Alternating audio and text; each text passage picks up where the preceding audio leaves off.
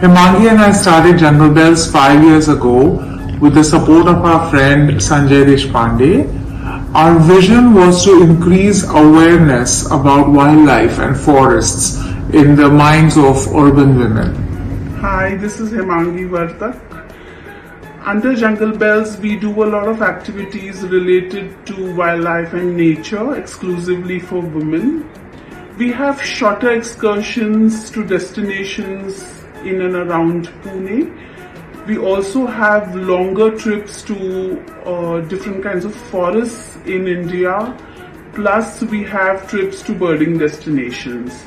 Under the awareness vertical, we do a lot of awareness lecture series in colleges, institutes, and schools regarding awareness of wildlife and nature. We also do online webinars, we do in-person events, film screenings, photography workshops, and a lot more. Under conservation vertical, we do donation drives, use clothes, use shoes, or a lot of other donations in terms of backpacks and mosquito repellents and gum boots and umbrellas, sweaters to the forest department. So in this way we help our wee bit. It's our contribution towards wildlife and nature. Going ahead, we see Jungle Bells growing as a stronger community, and we hope that we can motivate a lot of women to join us and stepping into nature and wildlife and also getting their me time.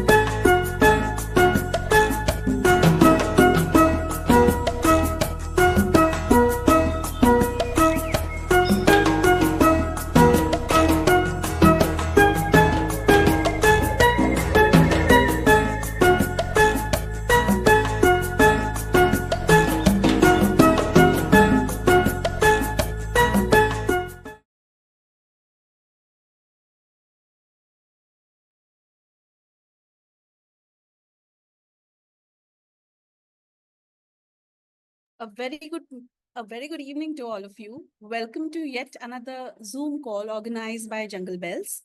Jungle Bells is an exclusive women's wildlife group. We are into wildlife related activities, conservation, and wildlife tours. Before we begin, I would like to request all of you to turn your cameras off and switch off your microphones. If you have any questions for the guest of today, please type them in the chat box and we will address them after his talk. Also, if you want to receive further communication about our events, please type your email addresses and phone numbers in the chat box. We'll keep you posted on them. So basically, today we have a very young person, and actually, just to give you a background, make it a little bit informal. We had Sanjay Shukla sir on our webinar a few months back, and he had, I spoke to him a couple of weeks back or a month back, and he recommended highly of Surya sir and his work. That's how, we got the reference, and then we kind of went through his profile, and he's an absolutely young wildlifer, I should call, because all of us are the same on this platform. But he's a very senior officer also in forest services. So it's a privilege, Surya sir, and I'm really thankful for accepting and coming on our platform. There is some issue with FB Live right now, but I'll try in a bit. So we are live on FB in some time, and we will be recording this session and putting it up on the YouTube and circulating it in our community. So his work, everyone comes to know about obviously his work that he does. So without further ado, I will just like to introduce Surya sir. So Surya sir was born in Madurai, Tamil Nadu, and he's an Indian Forest Service officer of 2013 batch in Karnataka cadre. He completed his schooling from Madurai and did his bachelor's in forestry from Forest College and Research Institute, an institute under Tamil Nadu Agricultural University, Coimbatore. Later, he completed his master's in technology from Indian Institute of Remote Sensing, Dehradun, specializing in forestry and ecology. He also holds a postgraduate diploma in environmental law from NLSIU, Bengaluru. He served as Deputy Conservator of Forest in Kodagu and Gadag, and also served in the Election Commission of India in the Chief Electoral Officer, Karnataka, Bruhat Bengaluru, and the Bengaluru Metropolitan Transport Corporation. He's currently serving as the Executive Director of Bannerughatta Biological Park in Bengaluru. So it's a very different thing today. We have not had someone who's, managing a park, and, we would like to know more about a lot of things. Also, before we go ahead, I'll hand it over to Madhulika. I would like to say that this webinar is supported by Sanjeevani Developers. It's established in 2004. The Sanjeevani team is now 20 years young, as they believe business is more than just making money. And every new day is new opportunity for them to create something better. That is modest home for their clients. Today, Sanjeevani Group is engaged in homemaking, redevelopment, eateries, workspaces, and wildlife conservation too. So let's move on. Madhulika, I think you can take the first question and really start it off. Thank you.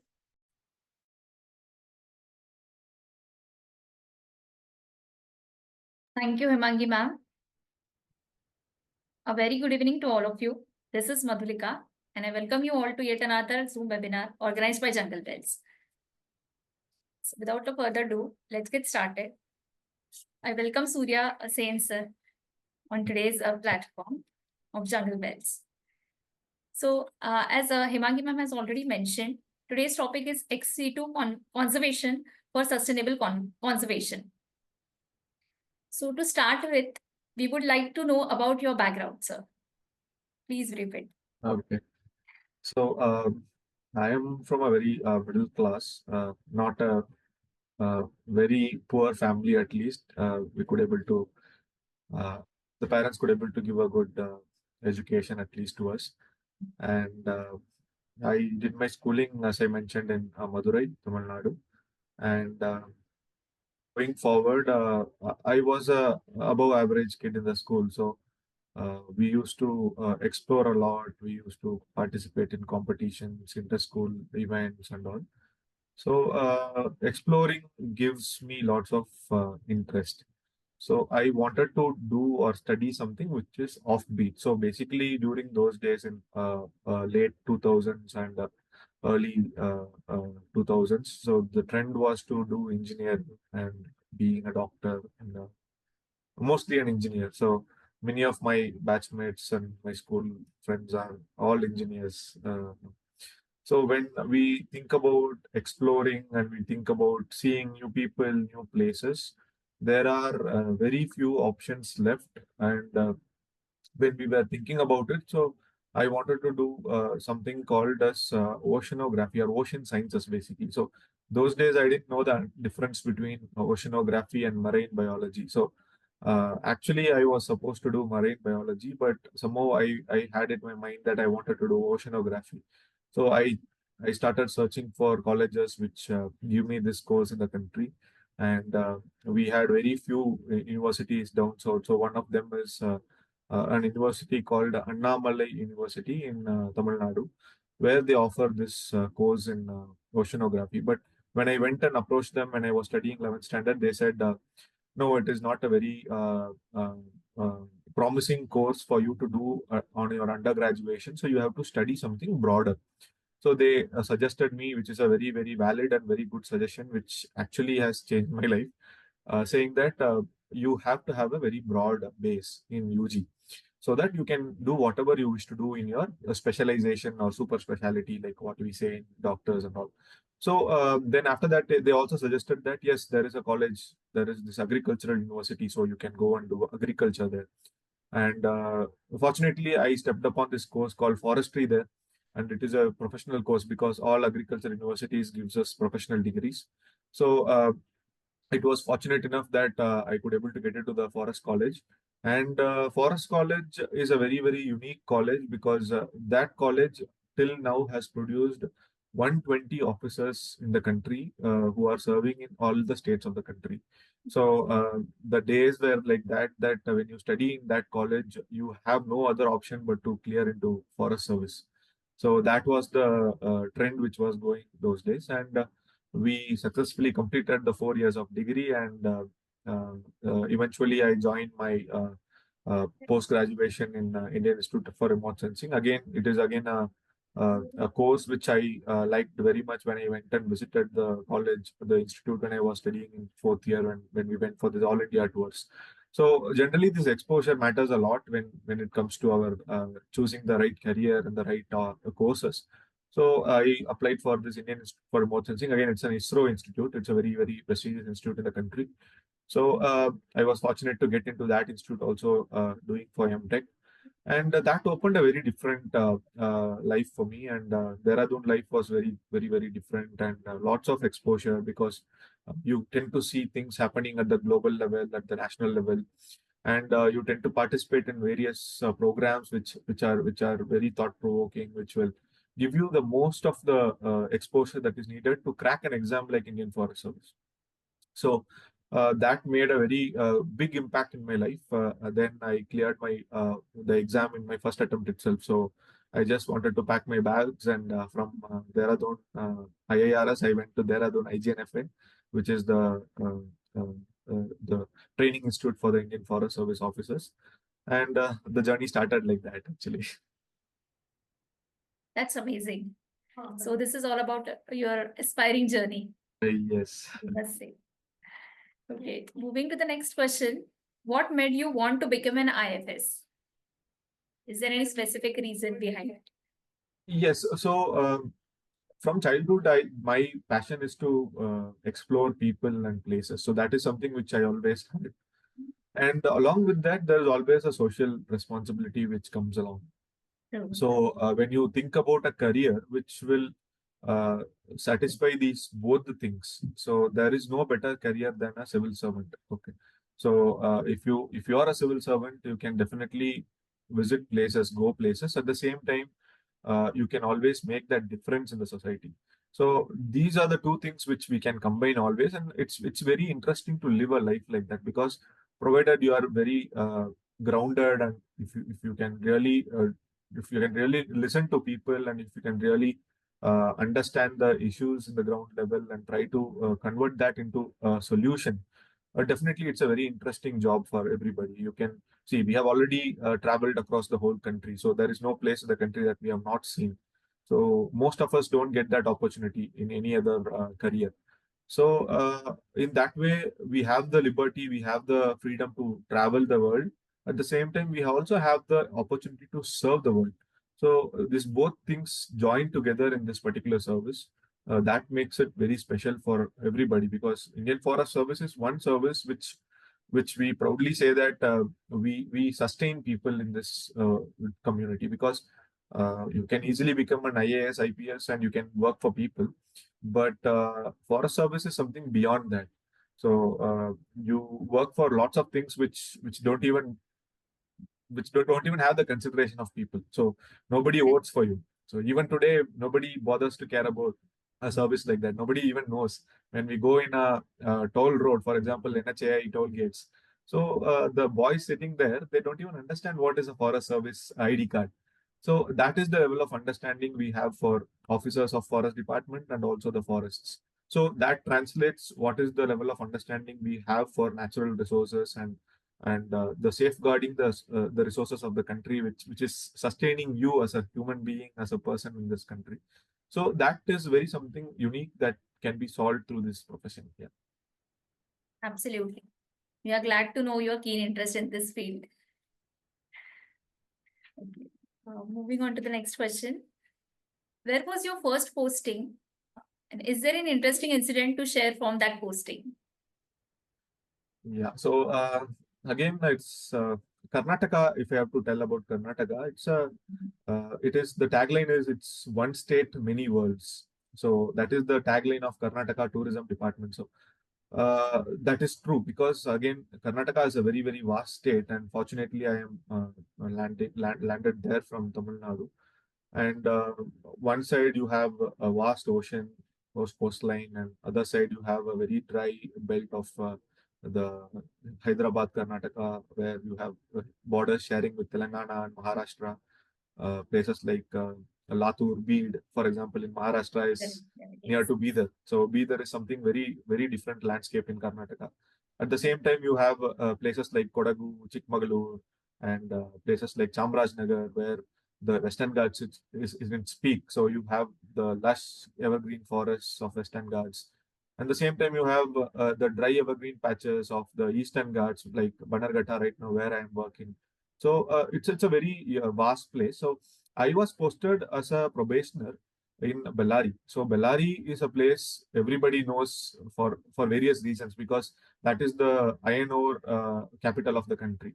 So you take maximum iron ore from Bellary, and I was posted there as a probationer, and I worked there in a small place called Sandur. Sandur is the hub of mining iron ore in Karnataka.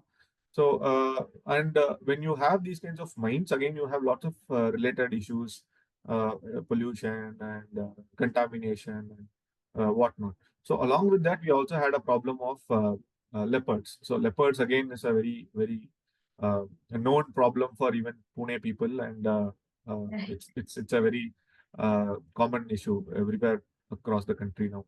So when I went there, there was this leopard which killed 4 people, and we were supposed to catch that leopard, and we were supposed to sit in a cage to tranquilize or to shoot that leopard for nights.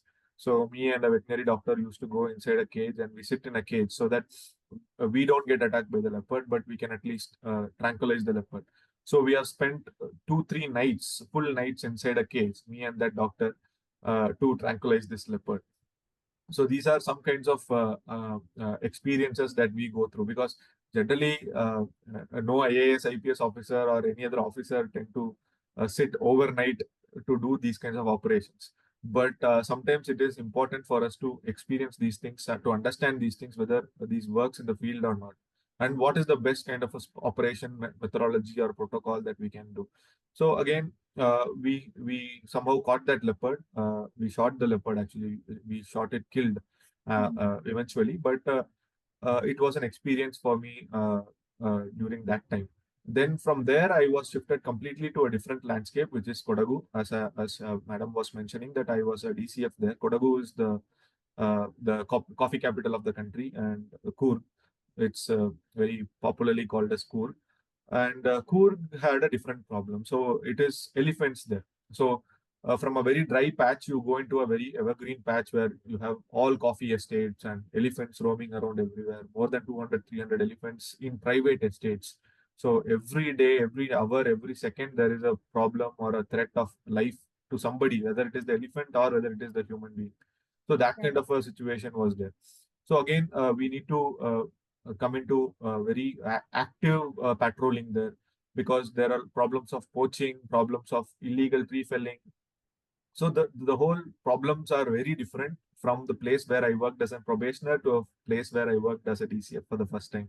So there we have lots of episodes of encountering into elephants, chased by elephants, going to rescue elephants which are fallen in traps or in pits, or in saving people who are trapped by elephants or mauled by elephants. We have seen lots of deaths of people also, which is unfortunate. So we tend to understand how to put our rapid response teams in place. So these are the kinds of exposures that I got. Fortunately, many of them don't get these exposures in their first or second postings. So that made us aware of how the field is working, because field working and field reality is something very important to bridge your career. So in future, your career depends on how you are understanding the field reality, how you are understanding the common man in the field. So that is something which is very interesting to share. That's wonderful. So what does ex-situ conservation mean, and how is it different considering today's topic? Yeah. So I have worked in many of these places in situ. So we have two types of conservation, very broadly speaking. One is this in situ conservation, and one is ex situ conservation. First of all, conservation itself is a very broad term, and this ex situ and in situ also are very broad terms. In situ is something which is conserving a place or a ecosystem on its natural place. So if you want to conserve a forest land, and if you want to establish a sanctuary or a national park or a tiger reserve, and you do all these protection which is given by law, by Wildlife Protection Act or Indian Forest Act or whatever acts and rules which are framed by the government. Uh, so these are all given to this in situ areas. At the same time, we also have lots of ex situ spaces available for conservation. So most of us don't give that kind of observation, especially a common man do not understand what these are. So this is becoming a little bit more scientific. So once we start about ex situ and in situ, then they will get lost. What is all this jargons is what the common man will understand. So to make it more simpler, so ex situ area is something which you take an animal from somewhere or a plant from somewhere, anything for that matter, any flora, fauna. Nowadays, fungi also is the third thing which is coming in, because fungi is something which people don't want to associate with both flora and fauna. It is coming as a third kingdom altogether. So these are all things which we can take from its natural habitat to a setup which is not natural for it to conserve and then to safeguard it for the future to come. So that is the way in which ex situ conservation works. So for that matter, we have lots of examples. One is very simple example is a botanical garden. So botanical garden is a place everybody must have visited anywhere, even for that matter, a small park, a medicinal plant garden, or an orchidarium. So these are all places which are called as ex situ spaces, where you bring in the plants that you like. Generally, now what you do is you bring in plants that you like, the plants that flowers, the plants that are good aesthetic value. So you are bringing that and you are conserving it, or you are trying to reproduce it in that kind of an environment. But to go a step ahead, so you bring in endangered plants, you bring in plants which are being threatened by various problems. You bring in lots of other plants which are very rare to find, which are very rare to breed in its natural environment. You give an artificial environment to it and breed it here so that everybody can see and understand about it. So that is something which is ex situ. So in the same way, like a botanical garden, you have zoological gardens. So zoological gardens is something which everybody knows. We call it zoos, and everybody must have visited a zoo in their lifetime. If they have not, then there is something which is to be done to make them visit a zoo. So these zoos are also part of the ex-situ conservation spaces where animals are being brought in, and they are being kept and being used for conservation purposes or education purposes or awareness purposes. So that is a very broad terminology of ex-situ conservation. Maybe we can talk in detail about what are the other importance of these things. Correct. Yes. So as we are talking about Ex-Situ spaces, how are Ex-Situ spaces in the country governed and managed? Yeah. So, as I mentioned, we have lots of rules and regulations, laws, uh, and over and above, we have a mandate called Constitution. So, the Constitution of India is something which is a very unique document. Everybody knows, everybody appreciates, and people of Maharashtra are very close to the document also because, again, it is Dr. B.R. Ambedkar's contribution to the country. So, it is very important that we understand it and we by heart it and assimilate every word in that constitution. So the constitution very clearly says us, mandates us as a citizen, not only a government, as a citizen also. There is something called a fundamental duty in which the citizen has to safeguard its lakes, its environment, its forests, its wildlife. At the same way, the constitution also mandates the government in directive principles, stating that the government also has to do the same thing to conserve the environment and wildlife in the country. So, based on that, we have the Wildlife Protection Act. Again, Madam Indira Gandhi's contributions to the country. Wildlife Protection Act is something which is a very valuable act. Most of you must have already known about it, or that act came into 1972, where for the first time the poaching or illegal hunting or killing an animal, wild animal, has been made as an offense. So that has paved the way in wildlife conservation in the country in future, because from 1972 all these wildlife conservation acts and rules and regulations have evolved from that time. Even Project Tiger, which we are talking now, Project Elephant, Project Lion, all these things came one by one. So we also have during that time a discussion on how to manage our zoos. So generally, what happened? The zoos have a very long history, maybe say 2,000 years, 2,500 years. So early Chinese and early Egyptian civilizations, even the kings of those days, they also had these animals as something which is a showpiece. So every king or a monarchy, they used to collect these wild animals. Everybody knows that because they went for hunting, they wanted to show that they are supreme. So they keep these animals as a souvenir. So at the same time, they also keep the living animal also as a souvenir, so that they can showcase that to the people there, or even for their own entertainment. They used to keep these animals. They make them fight with each other. So we have seen all these old movies and even the Hollywood movies where the gladiators use wild animals to fight in various coliseums. So in that way, the animals were kept as captives a long time back. So that has evolved during these days. And we recently, maybe 50 years back, we had circuses. We had lots of places where we have activities or entertainment shows with the animals. So we used to see, we have ourselves seen hippopotamuses, we have ourselves seen lions, elephants in the circuses. So after that, these circuses have been evolved. Now there are no more circuses which has these elephants or wild animals for that matter. All these animals were rehabilitated now. So again, we have lots of other zoos which established in, say, early 19th century and late 19th century.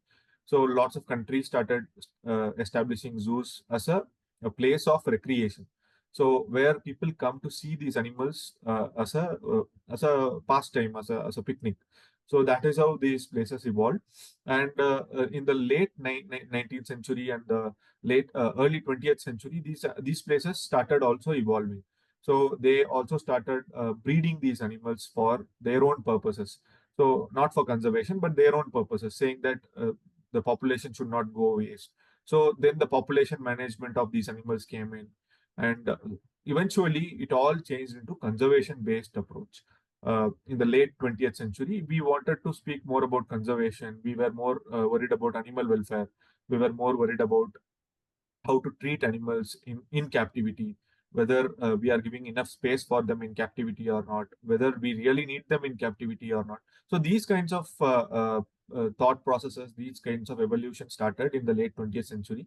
And we are having something called as a Central Zoo Authority. So this Central Zoo Authority came into existence in 1991. So there was a long deliberation from 1972 till 1991, a sweet 20 years it took for them to establish this Central Zoo Authority, uh, because they really don't know how to manage these zoos which are already there in the country, because many of these zoos were in a very bad condition, first of all, and many of them did not have enough space, or maybe they didn't have enough animal welfare methodology to adopt.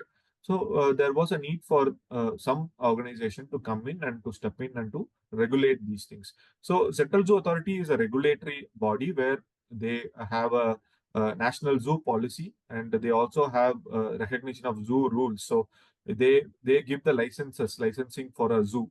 So they have very strict protocol on how a zoo should be made and how a zoo should be run.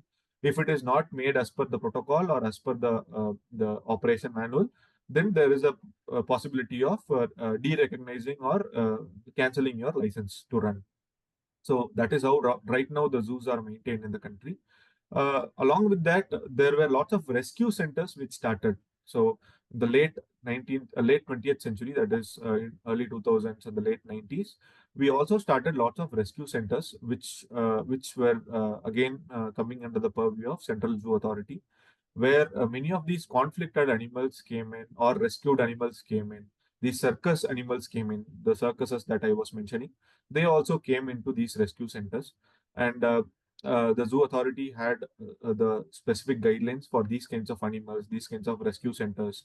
So the zoo authority came in with lots of guidelines on how to manage the animals in captivity, what will be the size of the holding houses, what is the design. Again, we had lots of evolution on designing also. So these are the things which are done by the Central Zoo Authority.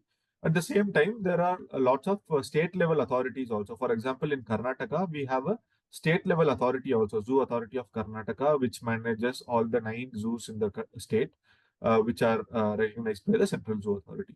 So again, there are two steps of now management which has come in zoos, managing the zoos in the country. In many other states also, they have these kinds of authorities, but not all states have this authority.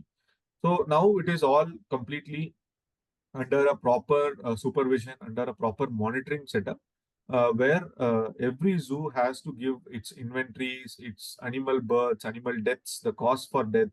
So all these things are properly maintained and managed. So that is something which is very, very important. In many countries, you don't see all these things. Thank you for this wonderful insights. So, do we need these spaces to manage our natural resources? So yes, that is where the whole funda starts. So many people think that zoos are place of torture. So that is the common understanding of many people. Right. Yeah. So if you ask any person from PETA or any person who is very close to few people in the top, so they all feel that zoos are very bad, and Indian zoos definitely, yeah, to a limit. But on as a concept, because see, we are talking this as a concept, an Ex-Situ space. So as a concept, it is very, very inevitable for any conservation manager or any wildlife manager to think about both in situ and ex situ spaces. So zoos are an integral part of conservation. So why? Because again, our country, for that matter, is a very, very diverse country. So we have people earning 50 rupees per day, and we have people earning 50 crores per day, and 500 crore also per day today. So there is a huge inequality in people in the country, in the society. So that is how all the societies are being built in the world. So when you have this kind of an inequality, again, you are talking about natural resources. So natural resources are not uh, uh, accessible by class. So natural resources are accessible by everybody. So Correct. a person who earns 50 rupees also breathes the oxygen. The person who earns 500 crore also breathes the same oxygen. Same oxygen. So Correct. the natural resource is not going to stop him from enjoying this resource. In the same way, it is water. In the same way, it is the forest which is being managed by the government. So that is something which is to be understood. So we have to make everybody aware of conserving this natural resource. That is the job of the government again. So how do we make them aware is something which is a challenge in front of the government officers. So establishing a zoo like this, especially in a place like say Latur or Kolhapur, Hmm. so or if you want to run only a zoo in Mumbai, which is there right now, uh, a village student or a village child from Latur goes to Mumbai is something which is not possible till maybe the child is going to college or maybe later. So, if you have a small zoo or a zoo near Latur, which this child can be exposed to, and this child can see these animals there, the child can understand that yes, these are the animals which live in Mumbai or in say Tadoba and in say in the uh, Vidarbha regions. So if Correct. you tend to tell this child that yes, this is how the world is outside, maybe Hmm. away from Latur, because Latur I have visited personally, I know how the landscape is there. So True. in the same way, you can uh, you can easily put these kinds of ideas into the child if you have Hmm. some kind of a setup or an institution like a zoo in its nearest possible place. So Correct. that is the whole fundamental of this zoos and ex-situ spaces. In the same way, it applies to a botanical garden also. So Correct. it applies to a small park also. Maybe see in Pune, in your own place, you have a zoo which is run by the municipality, the corporation, the city corporation. Yes. So Yes. it is very important for even a municipality or a panchayat, for example, to think about these things and to do these kinds of perceptions and to bring in these kinds of establishments into their own localities. So that is how these children, these people understand the value of natural resources and conservation in per se. So that is the reason why zoos were created, and that is the reason which is being mentioned in the guideline, which is being mentioned in our mission and vision statements, the national zoo policy. Everything says that it is a place of awareness, it is a place of conservation, it is a place of research.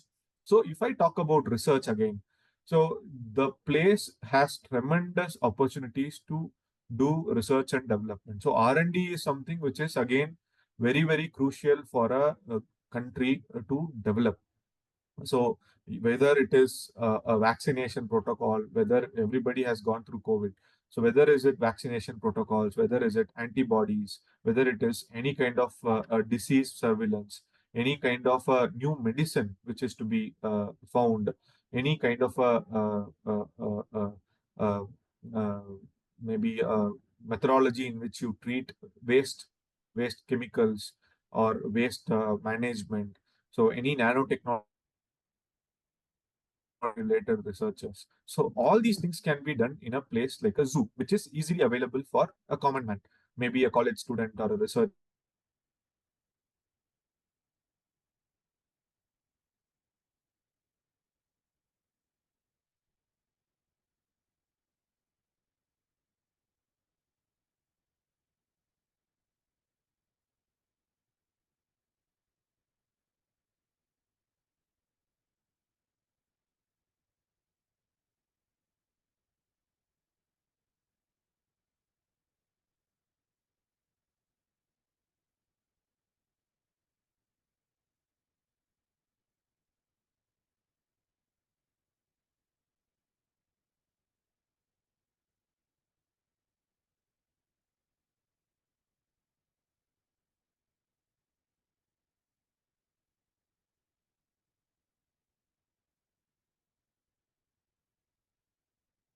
Am I audible? Yes. yeah, hi, can you hear me? I think we Yes. got Yes. Yes. disconnected. Can you hear me? Yes. Please go ahead. Yeah. So we were talking about research here. Yes, right. And it is very, very important for us to keep these kinds of spaces for our youth, especially the college people who do these kinds of studies, the postgraduate, the postdoctoral, the PhD people, to Hmm. access to resources, especially these natural resources, be it plants or animals, to do their researches. It is important to have these kinds of places for their research works. If they are really keen, or if they are really capable enough to do these kinds of R&Ds, and then definitely we have lots of breakthroughs. So we can do lots of vaccination related studies, medical researches through these kinds of places. Perfectly said.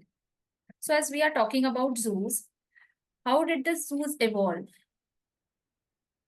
Yeah, so the evolution of zoos we have already spoken. I think I Yes, have skipped it, and that I've is already answered covered. you. Yes, correct. Yes, so that is again a whole a lot of things that which I told you. One thing which I wanted to add to that is something which is the latest developments. Correct. So after the 2000, especially in the last 20 years, how the zoos evolved is something which is very dramatic. So right now we are talking about AI, we are talking about visual reality and all. So so these zoos are now completely going to be virtual. In many places, the zoos will be converted into, in future, the zoos will be converted into a place of purely research and development. And all these ace, this uh, uh, the recreation part, the awareness part, everything is going to be digital, because that is where the real ball game comes in. So enrichment, for that matter. So you can see nowadays these animals almost equal to its real time habitat. So if you visit any zoo in, for example, say Mumbai, also I'm told that there are lots of enclosures which are redesigned and which are completely made more natural and more aesthetic, along with keeping in mind the natural habitat of that animal particularly.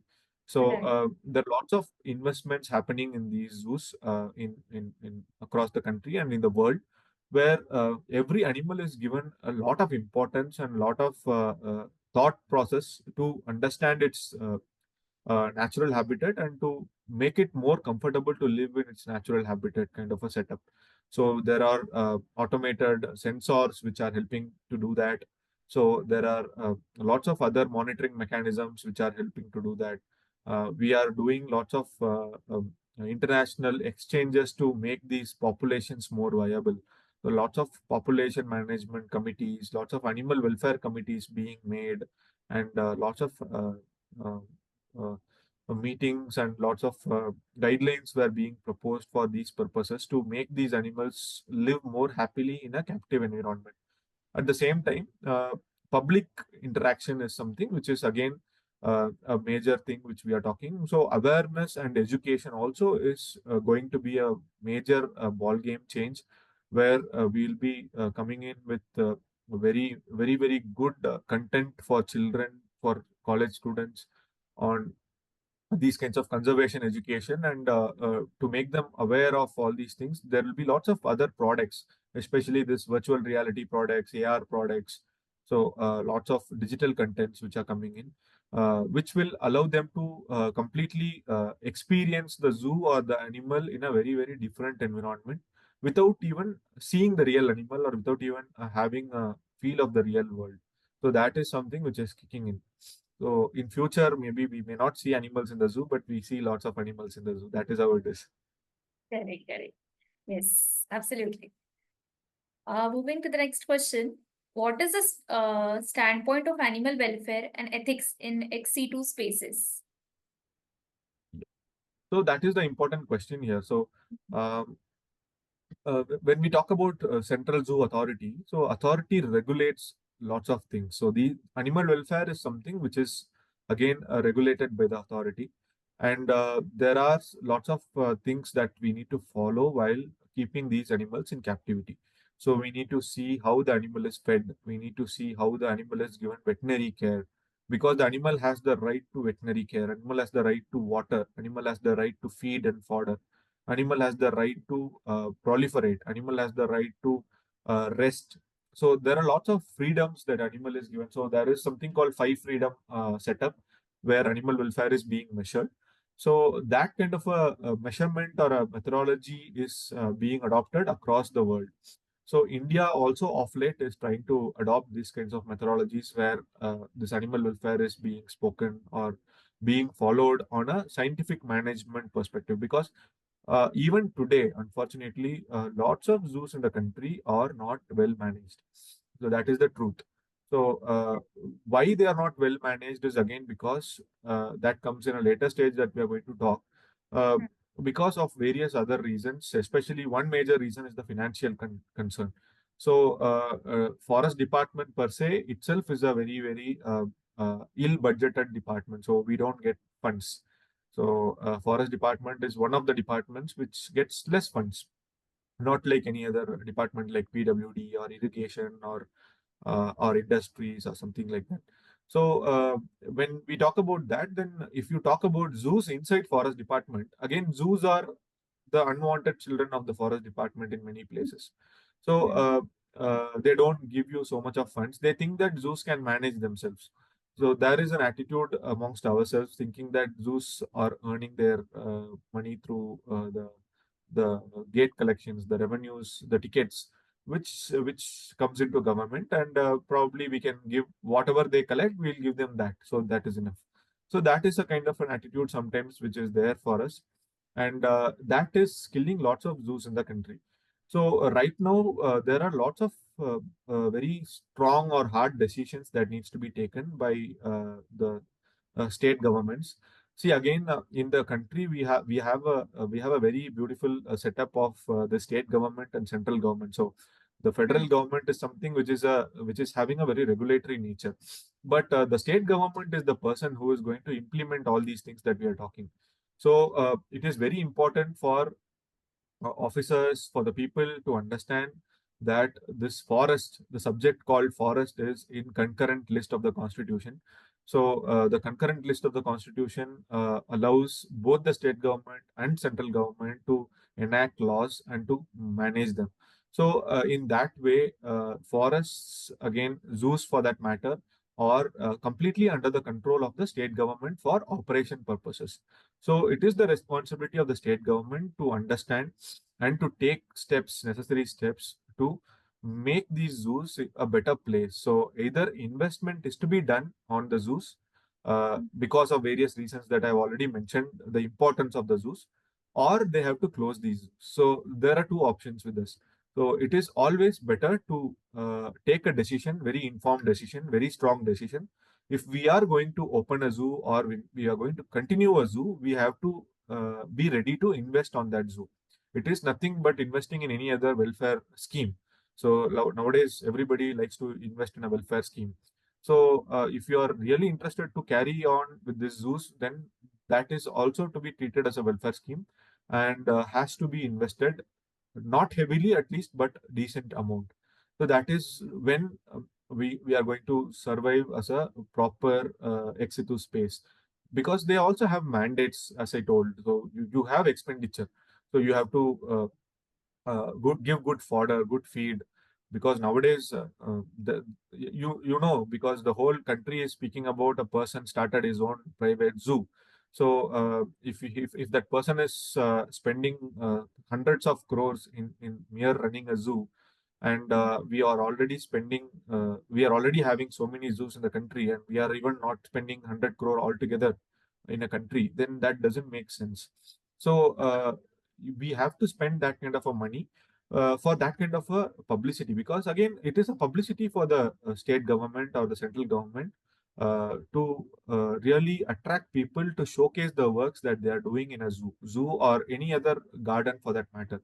So be it a safari park, be it a zoological park, be it a botanical garden, all these places are people attracting places.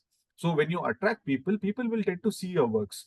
So that is the way the government has to portray itself, saying that, see, I am a good government. I am investing on these places. I am trying to build better life for everybody, you and for the animals. So that is the importance of conservation that I am giving for this conservation related projects. So this is where when we talk about the finances or the larger politics come in. So we as a human being, as a voter, we have to be aware that this government is going to help us or not. So when we vote, we also have to see these perspectives when we are voting. So we have to understand, yes, whether this government is going to do something for these kinds of natural resources, whether this government is going to support my zoo, which is there in my backyard in Pune, or whether in Mumbai or in Bannerughatta for that matter. So whether are they going to help us or not is something which you need to see. So for that matter, you need to have this awareness, which again comes from the zoo only. So if you see this again, it's a vicious cycle. So if you have not visited a zoo, you don't bother about a zoo. So that is the whole point here. That's So true. so tomorrow, if you don't have a zoo, comfortably the state government can take a decision that no, I don't want to run a zoo. Close all these zoos. There are lots of private people who are running zoos. Why should the government run a zoo? So that is the attitude which is slowly creeping in. So when this is the attitude, when this is the approach that we are going to take in, then in future you have to spend 20,000 rupees, 30,000 rupees to go and see a zoo. Right now, which is happening in other countries. So you have to visit a zoo. You may have to spend 4,000 rupees, 5,000 rupees. Today, if you want to watch a movie in INOX, yeah, definitely you have to spend 500 rupees. But Correct. that was not the case. Previously, you were seeing it for 20 rupees, 50 rupees. Right. So in the same way, these zoos will become expensive. These zoos will become inaccessible for the masses that what we are talking about. So a person from Latur, a small child from Latur, can never see a zoo. When that child never sees a zoo, that child doesn't bother about an animal, doesn't bother about its natural habitat, doesn't bother about its air, its water, its trees. So definitely that child doesn't bother about who is going to preserve these trees. So finally, that child is going to vote for somebody who doesn't bother to do any of these things. So that is how you are going to bring in your society. So this is all kind of a very cautious topics that we need to bring in into our children, our societies, our neighbors, our families, our relatives, that these are all things which has to be seen in, which are not seen right now. So again, not only zoos, another very simple thing is a playground. So for example, sports development in the country, we all talk about Olympics. Why we are not winning anything in Olympics is because nobody has a neighborhood playground to play. As a kid, till you are say 10 years old, if you don't see a playground or if you have never gone out of a house to play, so there is no incentive for you to go and play anywhere. You don't become a you don't pick up any sports for that matter. So these are all things, public spaces, which we need to invest on as a government. So government cannot say that no, this is not my job, this is somebody's job. A private person will open a playground, you go pay there for hour and then you play. That is what is happening now. Right now, the best business in the city is to open a small foosball court or a playground or a cricket pitch, where you rent it out for 1 hour and you earn 1,000 rupees, 2,000 rupees. So that is what is happening right now. The same thing will happen for a zoo also and for a garden also in future. So this is the scary part of this whole thing, and that is the reason why we wanted to make it a point that this is the mandate of the government. The government has to run these things. So all in all, zoo plays an important role in the ecosystem, right?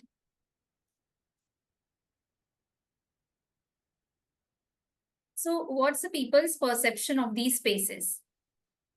If we So that's what when we talk about people's perception, right now there is a huge change in perception of people. So for that matter, in Bangalore City is one of the most developed cities in the country. So the people who come to visit my zoo, they expect a lot because they have seen places. Many of them have gone abroad. They have seen places abroad. So they have come back. They settled here. Many people have the access to internet. Many people have access to various other things. So they come to us and they say, "Why are you not up to the mark, even though we are up to the mark when we compare to Indian standards? So, why are you not up to the mark?" So, this is the question everybody asks us. So, when they ask us, we'll be happy because we are pushed by them to do good work. So, the people's perspective is that why are you not managing the gardens? Because in a zoo, we people think that managing the animal is important. It's not the case actually. So you have to manage the gardens, you have to manage the landscapes, you have to give them a holistic approach, experience, the whole the structure. Infrastructure. The approach has to be changed in a different way. You need to give them good food, you need to give them food courts, you need to give them toilets, very good toilets. So you have to manage it as good as any other private mall is managed or a resort is managed. So it's almost equal to a resort management. Right. So for that kind of a setup, you have to have that kind of a money. Because again, I am not charging him 2000 rupees, I am charging him 100 rupees. And that Right. itself is huge. That itself is huge for many of the people, because I have migrant laborers working in the city. I have people coming from all the way from Orissa working, northeast working in the city, North India working in the city.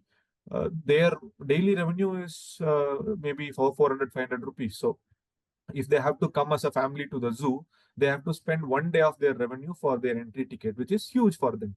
So when we are getting that small amount for me, which is a big amount for him, and when Hmm. I'm trying to convert that into a service, that is something which is very challenging for us as officers to convert and work for them. So in that way, we again get supports of CSR fundings, all these small companies, big companies, like how Sanjeevani is supporting you.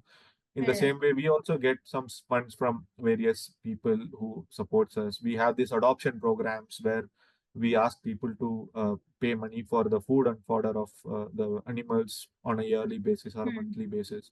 So these kinds of programs come in, they help us. So it's all people driven again. So we also have zoo clubs, we also have summer camps where people come into our place to get trained and they become our ambassadors. They go out, they do the outreach to children in the schools. So outreach program happens, so everybody tend to know about what are the works which are being done in Bannerughatta. And this is how we tend to build a community where we tell them the story of conservation. See, finally it's all boils down to the conservation. Again, it's not about only about the conservation of animals in the zoo, it's about conservation of animals in national parks and tiger reserves also. So we tell them about Bandipur, we tell them about Nagarahole, we tell them about importance of leopards, what is the conflict which is happening, why is it happening, why leopard conflicts are happening in the city, what we should do, what we should not do.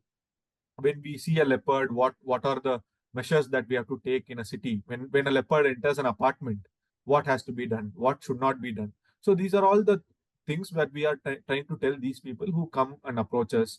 So this is a place of education and awareness as what we envision. So that Right. is very important for us to make the difference in the society. So that kind of a perception has already come to people now. Right Hmm. now, the Right. only thing that we need to do is to live up to their perception. So when you have to live up to that perception, you have to invest that kind of a resource, that kind of a money, that kind of manpower. Because again, if you have money, that is not enough. Actually, you should have that kind of a trained manpower, professional people to manage it. So you can't just run any resort with uh, like a sarkari person, like a recruited With forester a or a very guard or manual. a watcher. Right. Okay, Hmm. so you need to have a designer, you need to have an architect, you need to have a landscapist, you need to have a gardener, you need to have a nutritionist, you need to have a dietitian, you need to have a veterinary doctor, you need to have animal behavioralist. So these are all the people who come in.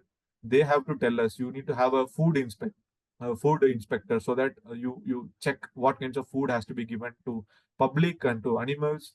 So all these things comes in. So it is a very professional approach in which we are standing right now. So all those approaches of old zoo management is already gone. So now we are the next level of management where all these things comes in, where you see any resort or a high funda mall is being maintained. We are going Hmm. to that level of maintenance now. For that level of money is needed, which is to be supported by the government. True that. So are we moving forward in the right direction? Yes. So, are we moving forward? That is the answer. No. Definitely, with respect to thought process, yes, we Hmm. are moving forward. But with respect to practicality or implementation, that is a big question mark. So, as I mentioned, it is the story of Bannerughatta I am telling you, or Karnataka I am telling you. But there are lots of states in other states where you don't even have a proper system of zoo management. So, Right. yeah, so there are states which runs in a very haphazard funding mechanism. So Today, when the state government says that this year I will give you 1 crore rupees for a small zoo, tomorrow the state government will tell you I will give you 10 lakh rupees next year. So if that is the situation, no manager, no officer can run a zoo in a envisioned manner. So there is a long-term plan which is being set up. So we all have a master plan for 20 years, 10 years. We have to work on that. So when we are working on that, when you plan something, you have to plan for finance also. So finance comes with planning, because planning is something which is finance is something which is very, very integral part of any planning methodology. So if you don't have independence or control over your finances, and if you plan something without money, so you are not going to do that. That is as simple as that. So unless you have the financial control, you don't you are not going to implement anything in the field. That kind of financial control has to come to every zoo in the country, every park in the country. So that setup is to be done by the state governments. Fortunately, unfortunately, again, it's a double-edged sword, because state government has its own power. So the state governments has to come in and step in and to tell that yes, we are committed for next 10 years, we are committed for next 20 years, we are going to give you this budget. What is your plan? This is your plan. Yes, okay, let's go ahead, we support you. So that kind of an approach has to be taken forward by all the state governments. So that is something which again comes with lots of public demand. So unless the public demands, unless the people go and tell the local MLAs, local MPs, say, see, this is the condition of the zoo. Are you an MLA? Please help us. So are you an MP? Please help us. So you have lots of funds with you. You please help us. You please give your MLA lad or MP lad fund to the zoo, because I don't think any MLA or MP has given the funds to the zoo in any of his tenure. Maybe out of say 200, 300 MLAs in Maharashtra, I don't know how many are there exactly. I think 300. So out of 300 MLAs, say 30 MLAs would have given MLA lad fund to the zoo, which is there. So that is the situation which is there. So people have to demand, saying that, see, this is my zoo. I am part of the constituency. I have voted for you. You have to make it sure that this place is best in class. So that kind of responsibility comes to people. That kind of responsibility come to the politician or the lawmaker. So when that comes in, then automatically officers are empowered to do the work. Then you can ask the officer, if he is not working, why are you not working? So that is something, again, a vicious cycle. Need to work So on. yeah, again, it's again a double way of working. It is also the responsibility of the officer to go and find for funds. So it is the Right. officer's responsibility on the other direction. Within the system, he is going to fight. So he has to fight for funds. He has to go to his superiors. He has to go to his PCCF, his secretary, his minister, and ask for his funds. Sir, please give me. This is the problem here. I have to. This is my vision. So I have to do something like this. So Yeah. please help me in doing this. So these are all things that as an officer they have to go and approach and to get these funds, because that is again a major role of an officer, to bring in funds to these kinds of places. But unfortunately, there is another problem in the whole setup, which is that there are no right officers being posted in these kinds of posts. So generally, the zoos are places where officers don't like to come and work for various reasons. So maybe because of lack of funds, maybe because of lack of recognition, or lack of something else, we don't know. So again, this perception has to be broken by the officers themselves, and has to come in and to work in these kinds of places. So this is something which is a very long fought battle, but definitely the things are changing. We are going in the right direction. Even for that matter, Pune Zoo is also coming up very nicely, is what I am told. Lots of investments are happening in Pune. You have lots of money also, because the corporation is managing it. So, as Pune It's a people, you long should be journey, proud that, basically. yeah. So, Mm. you should be feeling proud that you have money, but the money has to be utilized properly. So, Proper. again, that is something that you people have to ensure every time. So these are all things which are, again, mutually responsible by both people and by the government officials. So if that accountability is there, then definitely this thing will proceed in a right direction. So, what are the challenges that you face in this journey? Yeah, the challenges are the same. So Same. Okay. one is one is the finance, which is Mm. completely not in our control. So every year, a kind of a budget comes in. For Bannerughatta, actually, we don't get funds from the government at all. So we manage Okay. the zoo in our own money, our own collection. so that we have the tickets. And many zoos, as I mentioned, don't have a fixed budget. So some fixed budget has to happen so that there is a planning which can be done properly. So they can plan what we can do in the zoo, and they can accordingly take up those works. Then second thing is the trained manpower. So we are talking about animal keepers. So animal keeping is something which is a very scientific job, which is a very um, uh, trained professionalism.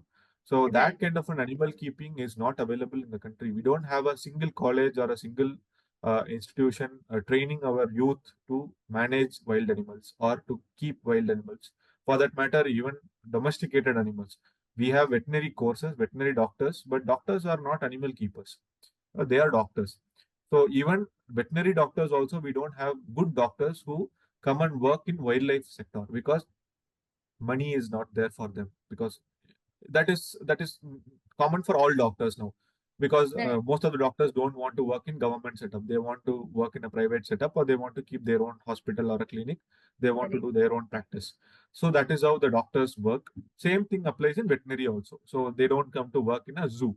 So finding a right person for the zoo, finding a well-trained doctor, well-qualified doctor, well-qualified animal keeper is something which is very challenging. Um, Over and above, right now, there are lots of private zoos coming in, especially one which is being run by Reliance. Those kinds of people tend to give you more money. So when you give more money, the doctors go there. So there are lots of cases in the country where doctors left the zoos and went to that establishment also. So that is something which is again a threat. We can always see that as a threat because it's a competition.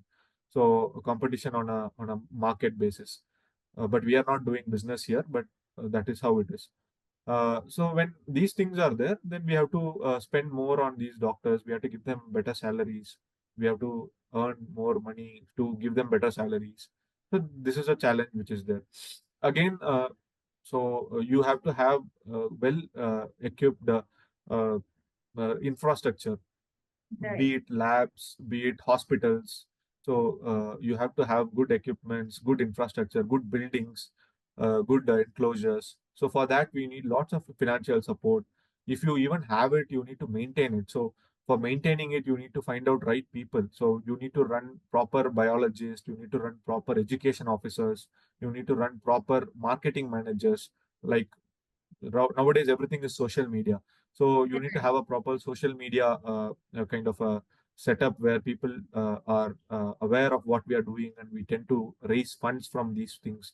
So all this is getting very professionally complicated for a government establishment to look into, but definitely it's challenging, but we have to do this. So you need a big team to manage all these Yeah, things. it is a teamwork. It's It's a a teamwork. teamwork. Last but not the least, how do you relate the whole perspective to the topic? Yeah, so the sustainable conservation is what we are talking about. Hmm. So unless you don't close this cycle, so it's a Right. circle basically. So in situ and ex situ, if you're not closing it together, one simple example is the rescue center. Okay, so Bannerughatta has the largest rescue center in the country right now.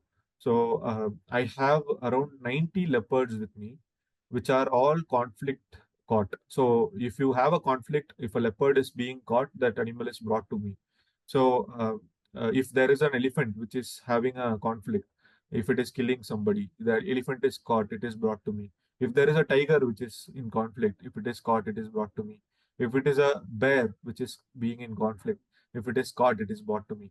If there is any of these animals which is met with accident, it is brought to me. So any kind of a rescue, any kind of a rehabilitation comes to me. Why me? Because I am an establishment. I have the infrastructure, so they are Right. bringing it to me. If this establishment is not there, where will Hmm. you bring them? Where will you take these animals? So Yeah. this is the problem in many other states, because many other states don't have an establishment like me. So right now they are thinking about that. So that is something which is again a problem of in situ, which is flowing out to ex situ. So an animal which is caught inside a forest land, which is an Hmm. in situ animal, is being brought to a rescue center, which is an ex situ place. It is rehabilitated. maybe it may not go back, it may go back, but you need to have a space to keep that animal. You can't just kill that animal, because again it is a violation of welfare of that animal. So that is how we are trained. So in another cases where you have conservation breeding programs, so we breed lots of animals. So we breed animals, we release them back into wild. So there are lots of very successful breeding programs, especially vultures. So we breed lots of vultures in breeding centers. So they are all released back into wild. So these breeding centers are very, very important for managing these populations of in situ in the ex situ areas. So tomorrow, if there is no population of red pandas, the Darjeeling Zoo is doing a wonderful work in breeding red pandas. So they breed these red pandas and they release them into the wild ecosystems. So these are all complementary services that a zoo does to the forest, a forest does to the zoo. So that is how the whole conservation is being closed as a closed loop. So definitely, it is very, very crucial for us to invest on these places. And in future to come, we are talking about One Health policies and all, because after the COVID, we are more worried about lots of pandemics coming in. So we have to have that kind of a methodology to immediately find a solution, immediately find a vaccine, immediately find a medicine for any kind of a cure. So we are going to invest on bio banking, cryopreservation, all these things come in. So zoos are the places of all these researchers. So we are investing on biobanking. Darjeeling Zoo already has, Nandankaran already have. So these are all places where you keep live samples, you preserve it in nitrogen so that it can be used anytime in later years when it is required.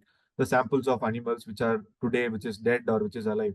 So that is how we need to do this gene pool preservation and all. So it's all molecular biology, it's all microbiology which is there. That also is very, very crucial for us. And zoos are the places where you tend to do all these works. So it's very, very crucial at this moment that we all be aware that there is a proper investment and proper attention required into these ecosystem spaces, especially the ex situ spaces where the conservation is being done. Well said, sir. Do you have any message for our audience? No, I think I have pretty much told them Covered everything. Only thing everything. is, Yes. yeah, only thing is to be aware while they vote. That's all, nothing else. Because finally, we are a democratic country, so Right. everybody Yes. has the responsibility. So whatever we are talking here as a problem is a creation of our own. So whatever we have created is there in front of us as a problem. So that is the same learning that they should tell their children also, that see, we are living in a democratic country and we have the power to vote, at least as of today. Maybe I don't know about future tomorrow, but today at least you are voting to somebody. So when you're Correct. voting to somebody, you need to be aware of what is happening in the country. That's right. I think Sanjay is on the call. Yes. I will. Sir, Sanjay, can you are you there? Yeah, I am very well there. Yeah, just so you questions. can just give the word of thanks and talk to Uh, him. Hi, Surya. Sanjay here, and I represent Sanjeevani Developers. I am part of Jungle Bells also. And first of all, let me congratulate you for one of the most straight from the heart sharing I have ever been witnessed on this platform. Means you spoke I remember my college days chats with my friends about the issues, about the subjects, about the topics. And speaking about zoo, uh, your references, what you can say, pull a chord in my mind. As after my 10th, some nearly 35 years back, uh, my ancestors, my mom's grandfather, and all those are from Mysore and Belgaum and Bangalore. My Nanaji still stays in Bangalore till he died. He passed away in Bangalore only. So my first remembrance of Karnataka uh, zoo in Mysore, and I think that was one of the oldest zoo. Uh, ma- am I audible? Yes, sir, you are. Yes, Yeah, yes, you are audible very much. yeah, yeah. My father and mom both are from government service, from education department, and father was from Vidarbha. So I have seen forest, uh, lot of forest from since my childhood, but never something like zoo, as you mentioned, small places like Latur and all those things. Uh, Mine is smaller than your Latur, some a town named Khamgaon in Vidarbha, rurals of it. And I was like zapped because till that time I have seen tiger, but I have never seen hippo. I have never seen a rhino. I have never seen an elephant, actual elephant as such, wild elephant, bigger elephant sort of thing. And all I get to see in that Mysore Zoo, and those images are still on my brain engraved. So the importance of zoo, yes, and more importantly, the way you emphasized the hidden aspects of zoo concept. Speaking about your present responsibility, I am myself an environment engineer also, though I am a builder. That's my bread and butter. That's different aspect. But I think you very well pointed. It's responsibility of everyone else, everybody. You just can't when it's coming to the conservation, you can't pinpoint forest department as a individual savior of the fields, wildlife, or nature. It is everybody's responsibility, and for that there should be more officers like you. Is all I can say. One more aspect I must congratulate. I got some very good friends in forest department up above also, but funding to the forest department is always a nightmare and always a bigger part. Rather, I will tell you very frankly, one of my friend is APCCF here in Maharashtra government, my engineering batchmate. We were discussing about the issues and about the weaknesses of forest department. So what we propose to them is that there has to be a wildlife IFS post in every urban planning uh, institution like PMC, Pune Municipal Corporation, or Bangalore Development Authority, and that kind of thing. Otherwise, uh, our urban planners, I am a civil engineer, and our planning only resolves about buildings, humans, roads, structures, and all those things. And rather, forests are obstacles for any planner. Very frankly, let me tell you. So you very rightly pinpointed all these aspects, and I'm sure it's people like you in the system and Jungle Bells, Emangi, and her team. Uh, the change is possible. I won't say it is easy. It is difficult. It is hard because uh, humans themselves are fighting for space. So who cares for a tiger or some jackal if you don't get place or get displaced? But zoos are also equally important, and so are wildlife habitats in every form. And I think from your sharing, a lot of hidden aspects of conservation have come ahead. And I'm sure Hemangi and her team will take them up. And I'm happy to be play my second fiddle to support in whatever best possible way I can, and my team also can. So let us stay connected. Actually, I have got some questions for you. I have posted on chat box, but time is a constraint, and I will take your email ID and mobile and bother you about those on one-on-one definitely. And again, this is your first appearance, or I can say sharing on this platform. I'm sure with your age on your side and your service on your side and your exposure and your more than that, your passion and proactiveness for the conservation of wildlife. There will be many more such sharings on this platform. As I always say, there are many endangered species, but most endangered species is humans who cares for wildlife. In that list also, more endangers are the government officers like you who cares for wildlife. So our duty is to protect you guys also is what I will say, because we need more Suryas for conservation if we need more tigers around. So thank you very much, and let us stay connected. Thank you, Hemangi and Madhulika, for this wonderful session and getting Surya on this platform. Thank you again. Yes. Thank you Yes, so sir. much. Yes. Thank you, audience. See you all in the next webinar. Yeah. Thank you once again, Surya sir, for associating Thank you with so much. Jungle Thanks Bells for calling me. and accepting our webinar invitation. It was a phenomenal experience to have you as a guest speaker. Let us stay connected, Passion definitely. for wildlife and conservation. So we look forward to hosting you for our future initiatives.